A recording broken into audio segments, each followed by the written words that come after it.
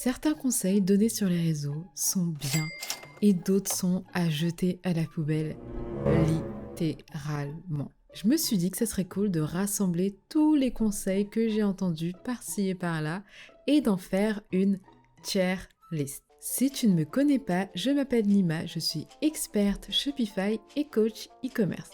Je te donne tous les codes pour réussir avec ta marque e-commerce. N'hésite pas à t'abonner. C'est parti pour la tier list. On va commencer avec le premier conseil. C'est écrire de faux avis, de faux témoignages pour paraître plus crédible. Si tu me suis sur les réseaux sociaux, tu sais que je ne suis pas du tout, mais alors pas du tout, d'accord avec cette pratique et je vais t'expliquer pourquoi. Alors du coup, pour moi, c'est vraiment éclaté de chez Éclatax. C'est vraiment à mettre à la poubelle. Je t'explique pourquoi. Parce que c'est vrai qu'on peut être tenté de faire ça. Parce que c'est vrai qu'au début, quand on veut vendre avec sa boutique en ligne, surtout quand on n'a qu'une boutique en ligne, on veut paraître un petit peu plus, faire genre qu'on a eu plus de clients, plus d'avis.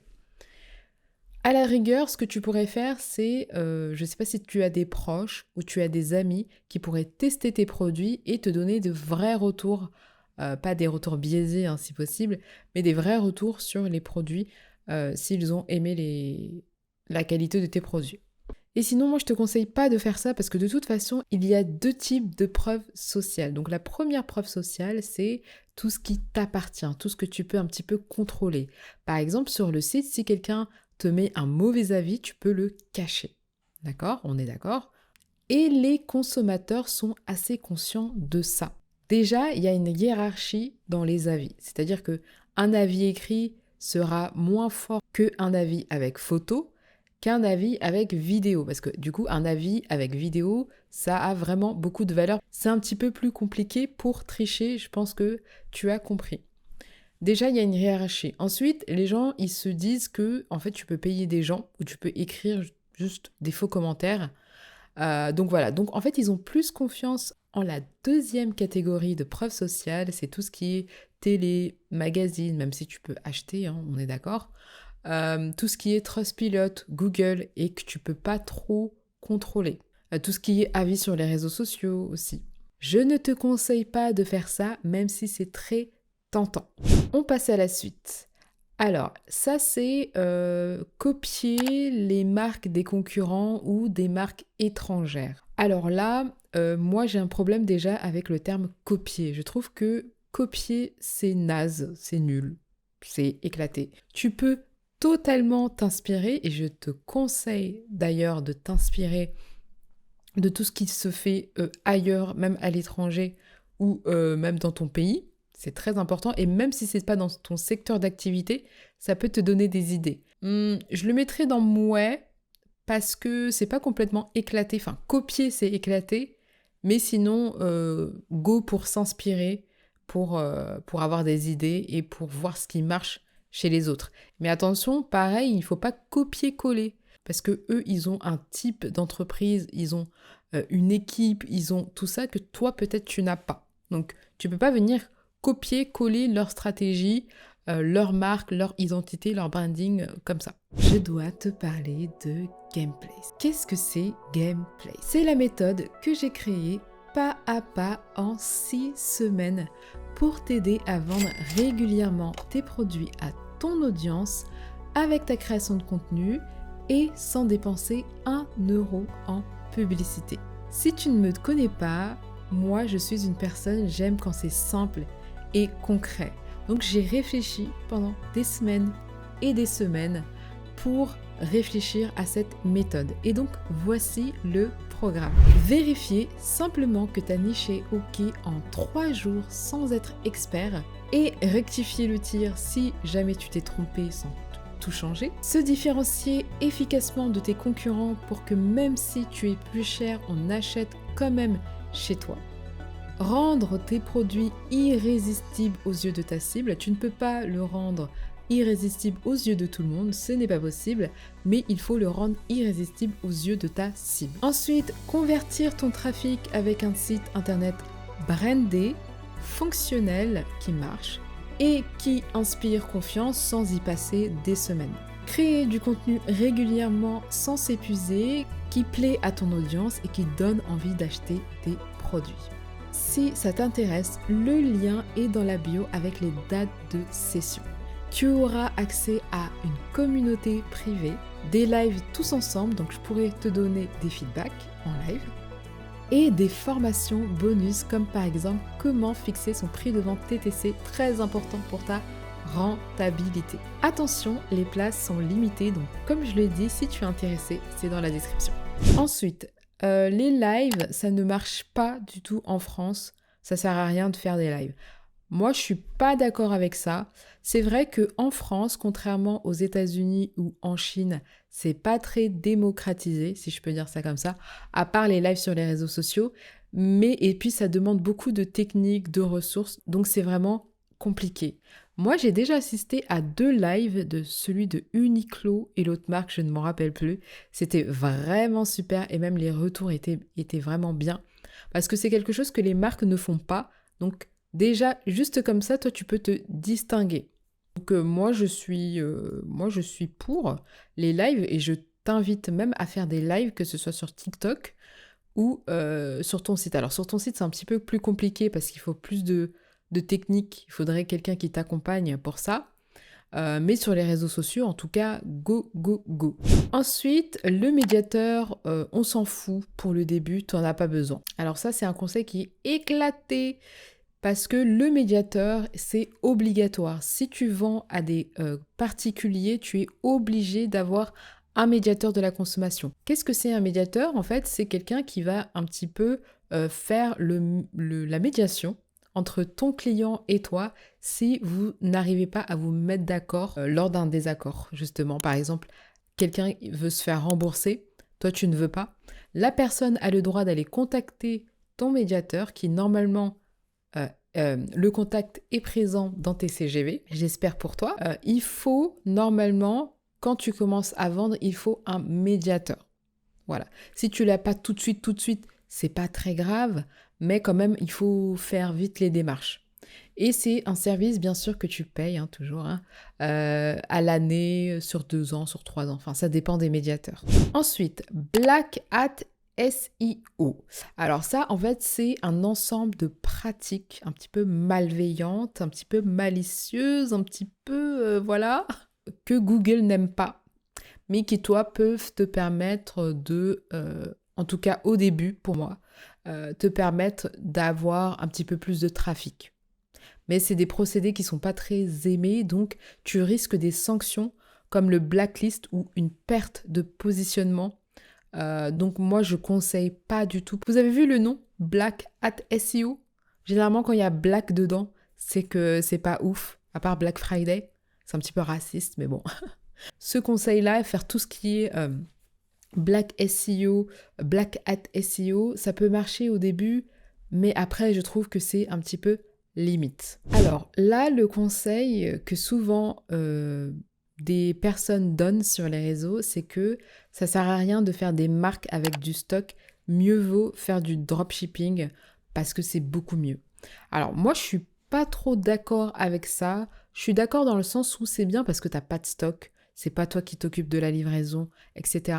Mais je trouve que c'est pas parce que tu fais une marque avec du stock, j'ai plein d'exemples en tête, que tu vas plus galérer qu'une personne qui fait du drop. Et moi, alors, je sais que voilà, le dropshipping n'est pas dans mon cœur, mais c'est une activité comme une autre. En fait, moi, j'ai deux, trois gros problèmes avec le dropshipping, c'est les délais de livraison. Après ça, il faut vraiment venir chercher des fournisseurs qui peuvent livrer rapidement. La qualité, ça faut vraiment faire attention. Et ensuite, le côté, on peut te copier très rapidement parce que justement, quand c'est pas bien fait, surtout quand c'est pas bien fait, en fait, moi, je trouve même que tu as beaucoup plus de travail quand tu fais une marque en dropshipping que quand tu as ton stock. En tout cas, pour la partie construire une marque. Après, ça peut être bien au début, le temps de valider que ça marche bien, que c'est un produit que les gens aiment, et après, directement d'avoir du stock, de t'organiser pour faire autrement. Je trouve que c'est mouais parce que bah non, tu peux totalement réussir avec une marque avec du stock. Voilà, j'ai plein d'exemples. qui le prouvent. Là, on est sur le conseil vendre des produits digitaux, c'est mieux, c'est beaucoup mieux. Là, je vais mettre dans bon. Alors pourquoi je mets dans bon? Parce que c'est vrai que honnêtement, il y a beaucoup de personnes qui veulent se mettre dans le e-commerce, dropshipping, avec stock, etc. parce que vendre. Ça fait vendre du rêve un petit peu. Quand on pense à créer sa marque, bah, on pense un petit peu à ça. Ou sinon, avoir sa propre boutique. Voilà, tu vois ce que je veux dire, ça met des paillettes dans les yeux. Mais c'est vrai que je trouve que vendre des produits digitaux, que ce soit des formations, des e-books, c'est génial parce que tu n'as pas de stock. Tu n'as pas de livraison. Tu le fais une fois et puis tu peux le vendre 1 million de fois. C'est pour ça que moi je le mets dans bon. Les gens n'y pensent pas souvent et puis en plus je pense que là c'est en train d'être en tendance, de plus en plus en tendance. Mais les produits digitaux pour moi c'est trop bien. Donc c'est pas vraiment demandez-vous pourquoi vous voulez créer une marque e-commerce. Est-ce que ça a une vraie raison ou c'est juste parce que vous avez vu que un tel il avait fait un e-commerce et vous vous êtes dit pourquoi pas. Le conseil que j'entends beaucoup aussi, c'est trouver votre niche et concentrez-vous sur un marché spécifique.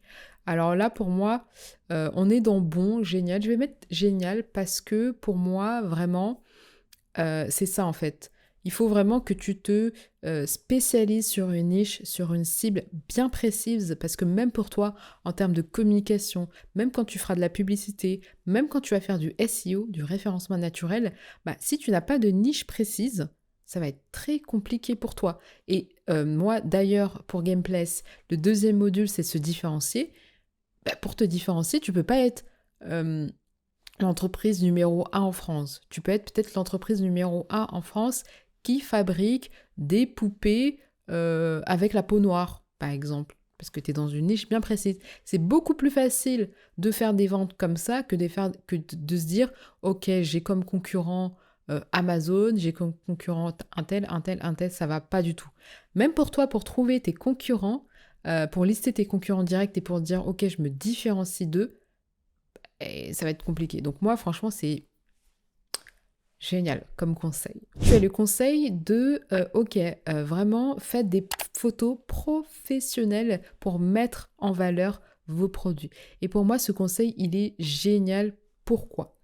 Parce que quand quelqu'un arrive sur un site internet, sur la fiche produit, les images, et même dans le site en général, les images, ça fait beaucoup. Ça renvoie à une image. Psychologiquement, les personnes, quand elles voient des photos qui sont pas très bien, floues, pixelisées, elles vont se dire c'est une marque bof. Voilà. Psychologiquement, c'est comme ça. Alors que si les photos sont nickel, brandées, qu'elles sont 5 sur 5, quoi, et ben là, ça donne un petit peu plus confiance.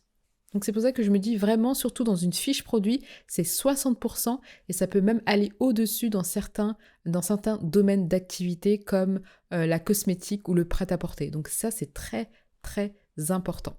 Ensuite, quelque chose que j'entends beaucoup aussi, c'est les influenceurs, ça ne marche plus autant qu'avant. Alors, je vais dire bon conseil, parce qu'en fait, les influenceurs, pour moi, ça marche toujours, mais par contre, il faut faire 2 fois plus attention avec qui tu collabores pour ta marque, parce que ça va être un petit peu l'image de ta marque. Donc toi, je trouve que c'est un petit peu dangereux parce que tu vas faire confiance à un influenceur. L'influenceur, du jour au lendemain, il peut être dans une sauce, et toi, tu vas être un petit peu dans la sauce aussi, parce que les gens vont associer cet influenceur à ta marque. Après, si tu fais juste une fois, vite fait, bon, pas, mais si tu fais régulièrement avec cette même personne, ça peut être un petit peu compliqué. Et ce qui est compliqué aussi, c'est que en termes de rentabilité, quand on regarde bien, en fait, les influenceurs, c'est plus si rentable que ça. Moi, ce que j'aime beaucoup, c'est ce qu'on appelle les UGC. C'est User Generated Content. En fait, c'est du contenu généré par tes clients, par tes utilisateurs. Donc ça peut être des avis vidéo, des témoignages photos. Et en fait, tu peux venir contacter des créatrices ou créateurs UGC qui vont... Alors, eux n'ont pas de communauté.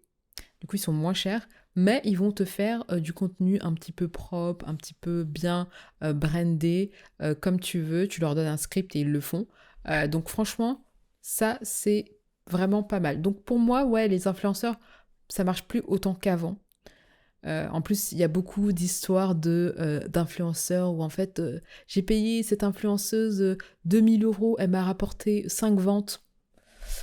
Voilà. Après, pour moi, il faut bien choisir aussi. Et les micro-influenceurs, ceux qui ont une petite communauté mais qui ont un taux d'engagement fort, voilà. Mais pour ça, il faut faire un petit peu plus de recherche. Ensuite, le site, c'est pas si important que ça. Alors, il y a 2 ans, je t'aurais dit éclaté. Parce que pour moi, le site, ça fait quand même, surtout quand tu as juste une boutique en ligne, c'est quand même très important. Là, je vais dire ouais. Pourquoi? Parce que le site internet, la boutique en ligne, quand tu commences et que tu fais que la création de contenu, c'est pas si important que ça. Il faut juste que ton site soit brandé, d'accord? Donc avec ton identité visuelle, fonctionnelle, qui marche tout simplement, et qui inspire confiance. Que quand on vient, on se dit, ah, j'ai assez confiance pour mettre les données de ma carte bleue. Je sais que c'est une vraie entreprise, je sais que c'est pas une arnaque, voilà. Donc pour moi, je dirais dans ouais, parce que... non, dans bon, pardon, dans bon. Parce que, ouais, pour moi, le site, c'est pas si important que toi.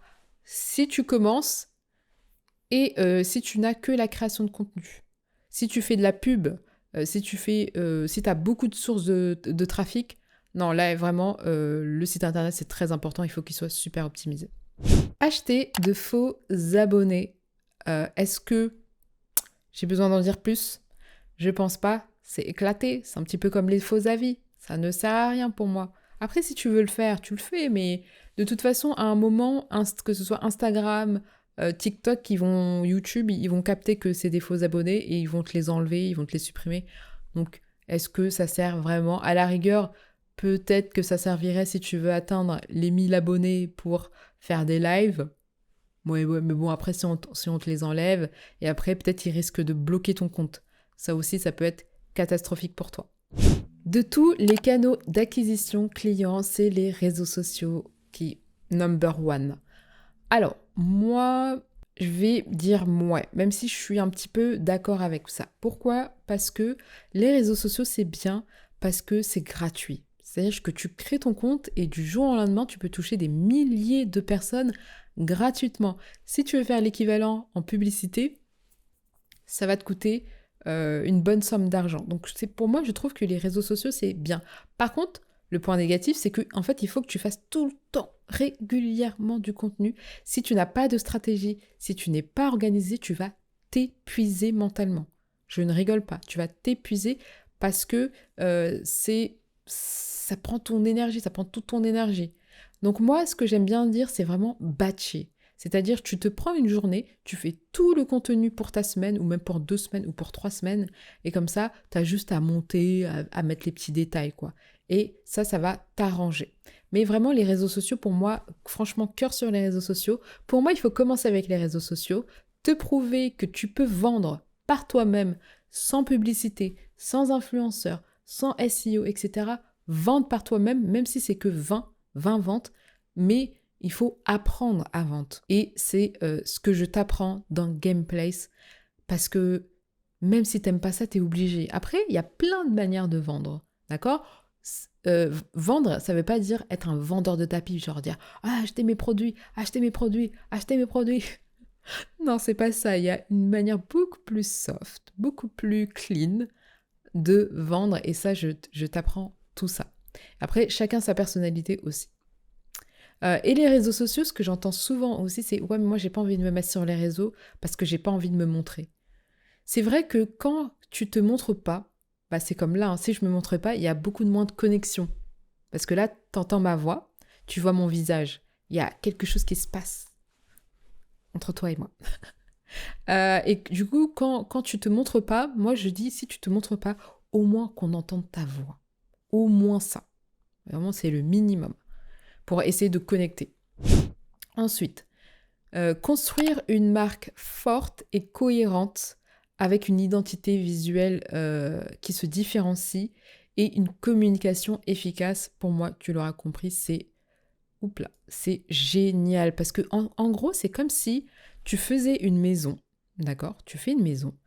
Et en fait, tes bases, elles sont pas solides. C'est-à-dire que tu n'as pas pris de bons matériaux, tu n'as pas fait appel à de bonnes personnes qui peuvent t'aider. Et du coup, ça tremble un petit peu.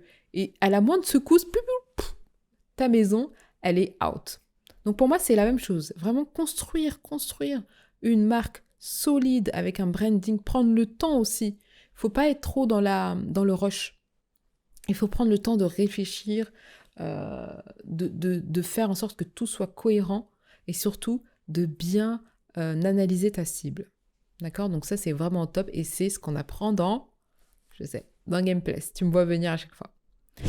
Alors, tout se vend, il faut juste se concentrer un max sur le marketing digital.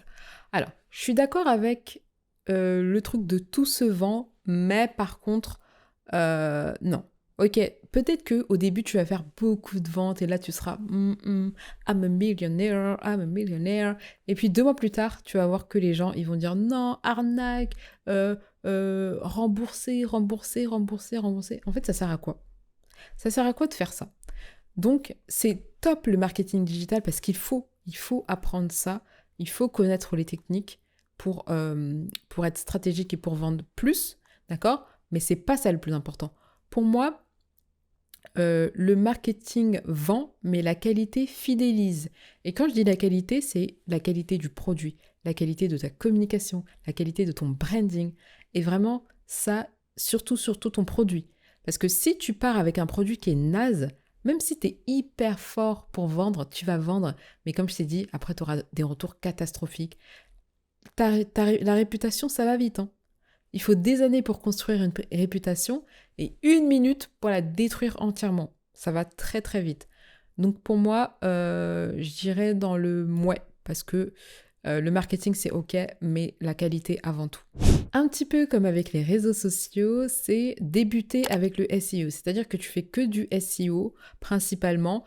Ça c'est beaucoup pour les personnes qui ne veulent pas se montrer sur les réseaux, qui n'ont pas envie de faire des réseaux, qui n'ont pas le budget pour avoir des influenceurs et ils se disent je vais me mettre sur le SEO, je vais faire plein d'articles, etc.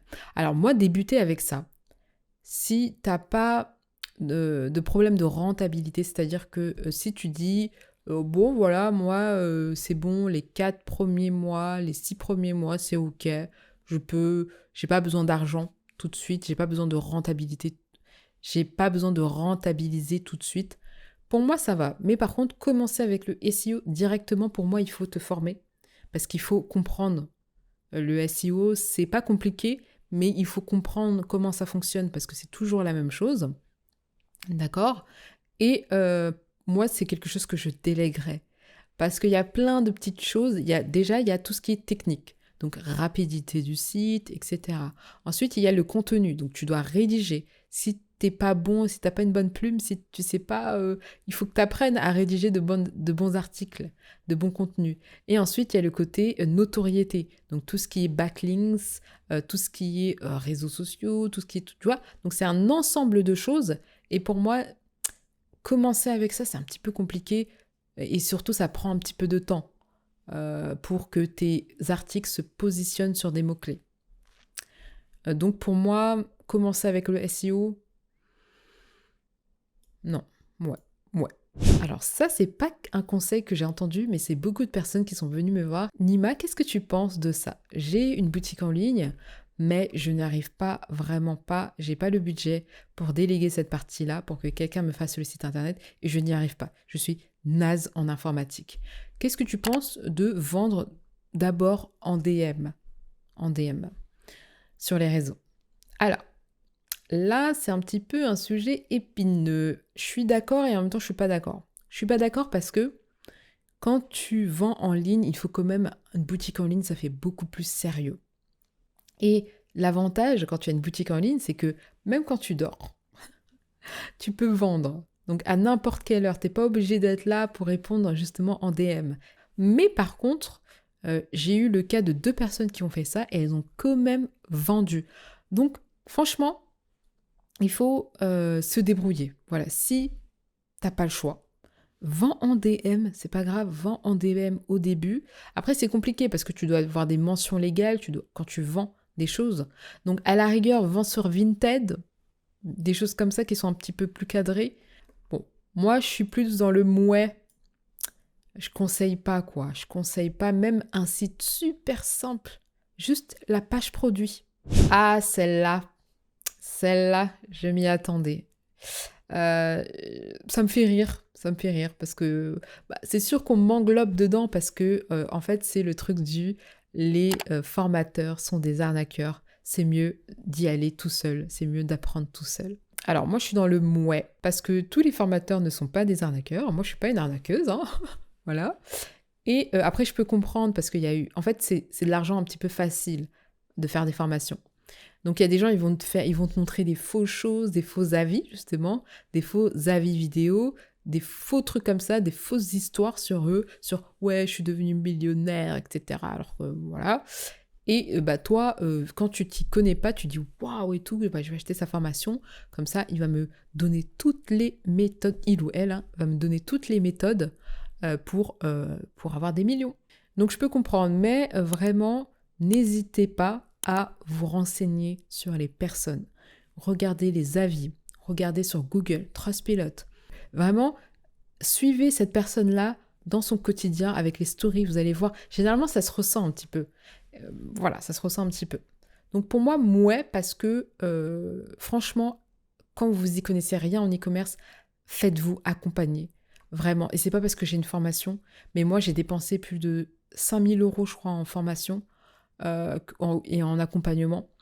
Parce que quand tu n'as pas les compétences, quand tu n'as pas les connaissances, pour gagner du temps, après ça dépend, pour gagner du temps, moi je pense qu'il faut se former.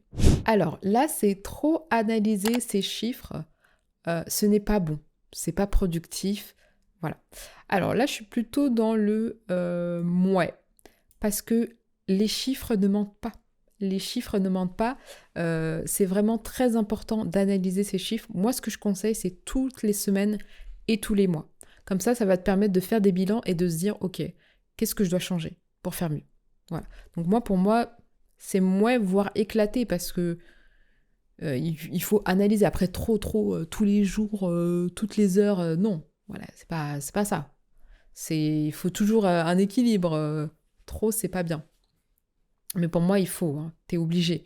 En fait, quand t'es chef d'entreprise, t'es obligé. Et quand je te dis, tu fais à peu près combien de ventes par mois, il ne faut pas que tu bégayes, il faut que tu puisses me dire à peu près une fourchette. Quand je te dis c'est quoi ton taux de conversion, c'est quoi ça, il faut que tu sois réactif. Prochain conseil, c'est rester à l'écoute de tes clients, de tes consommateurs, écouter les suggestions. Alors pour moi, c'est génial. Ça, faut vraiment le faire et c'est sous-estimé, c'est juste écouter quand tu as des avis, même quand c'est des avis négatifs, tu te dis comment, à partir de cet avis négatif, s'il est censé, hein, comment je peux m'améliorer. Parce que, en fait, sans tes clients, sans tes abonnés, t'es rien. Enfin, faut le dire, c'est pour ça qu'on dit le client est roi. Bon, moi, je trouve que le client n'est pas roi non plus, mais quand même, sans abonnés, sans clients, sans truc, ta marque, elle est rien.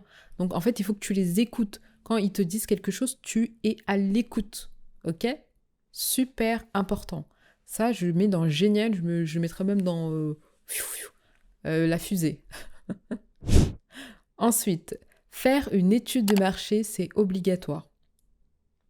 Je mettrais dans bon, pas dans génial, parce que, en fait, quand on vous dit étude de marché, vous stressez, vous commencez à faire étude de marché, ça veut dire que je dois faire un truc. J'ai jamais fait d'études en marketing. Calma.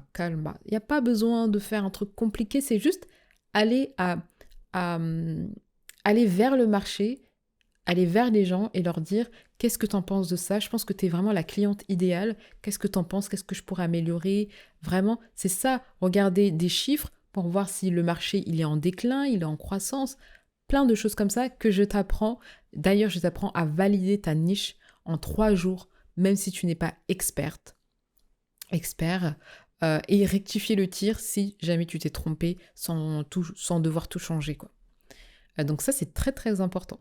Ensuite, déposer le nom de marque tout de suite, tout de suite. Alors ça, je vais le mettre dans mouais. Pourquoi?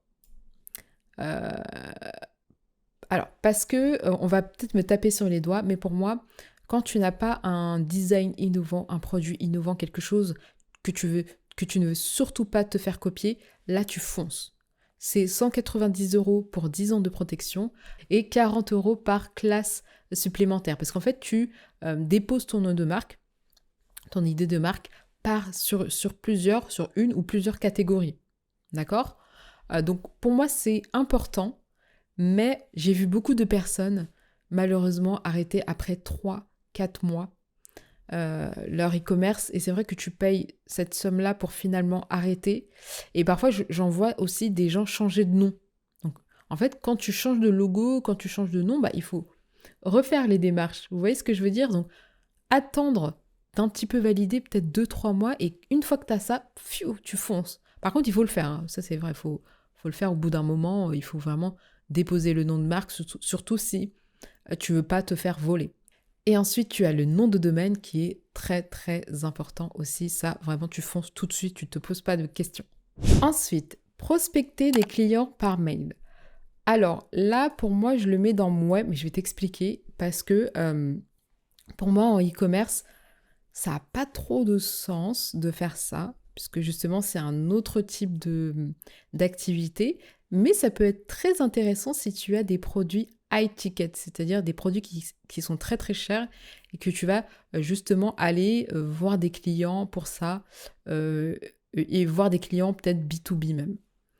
Mais sinon, en e-commerce, prospecter par mail, je sais pas. Je dirais ouais.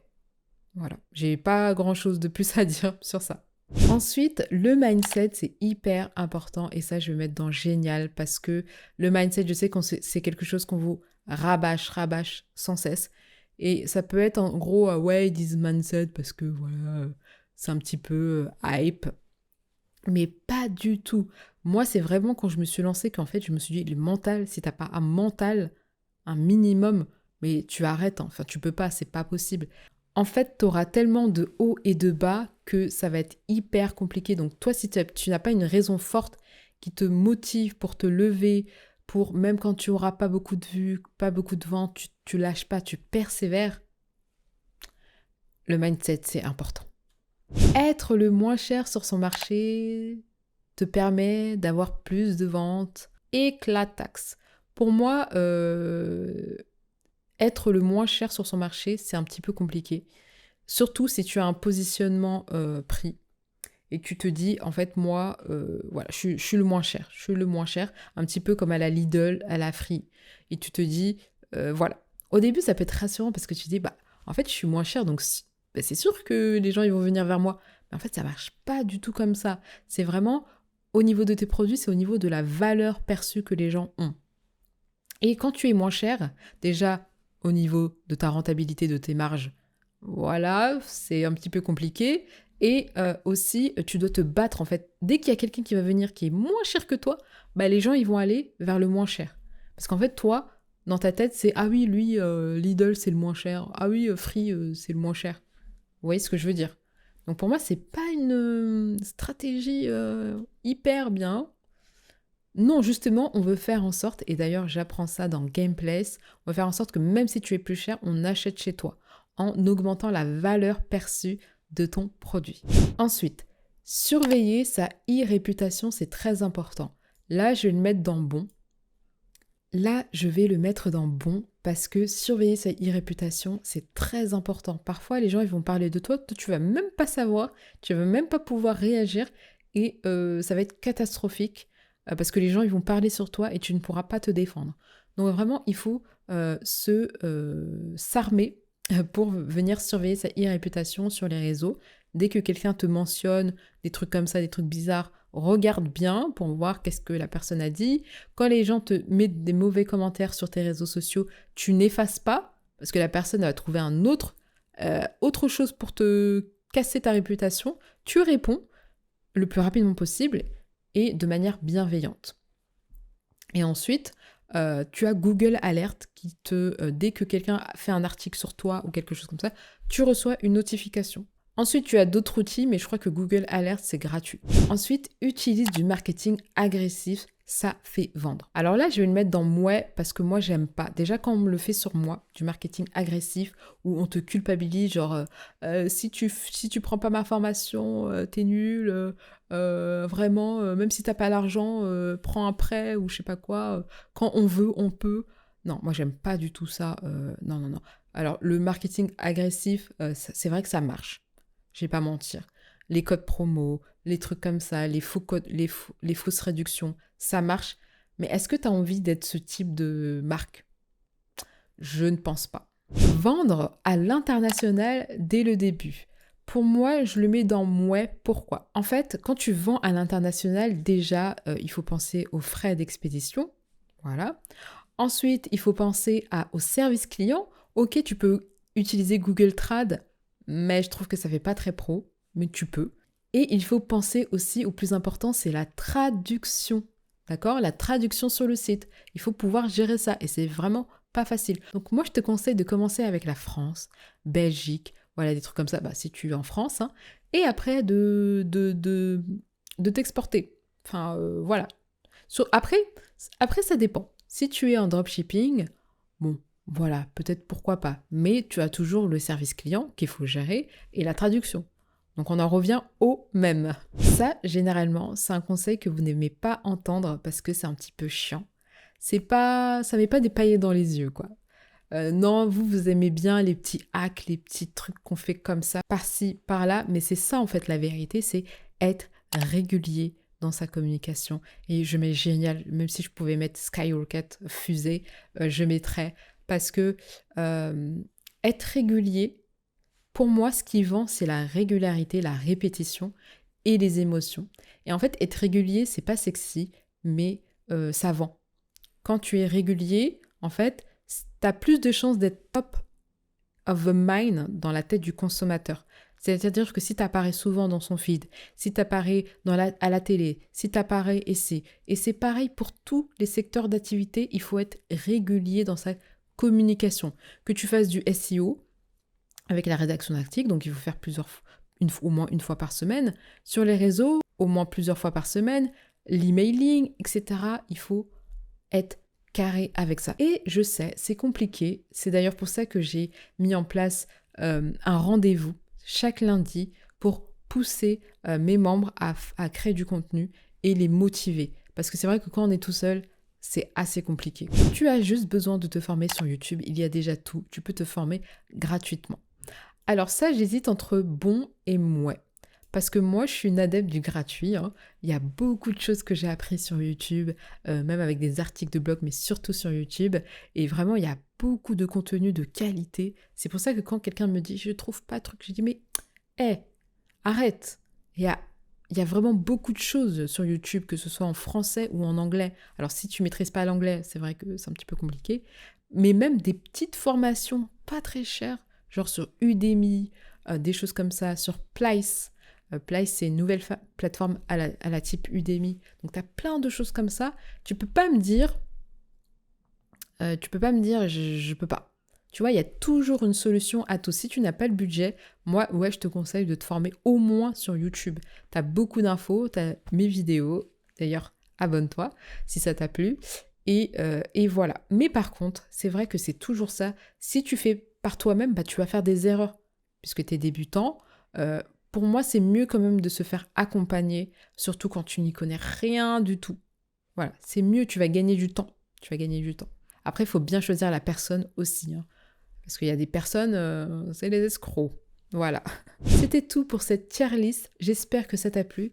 Dis-moi si tu veux que je fasse d'autres tier lists sur d'autres sujets dans le e-commerce. Et n'hésite pas si il y a un conseil qu'on t'a donné et que tu veux que je te donne mon avis. Je te dirai si c'est génial, bon, mouais ou éclaté. Et j'essaierai de te dire pourquoi aussi. Ciao!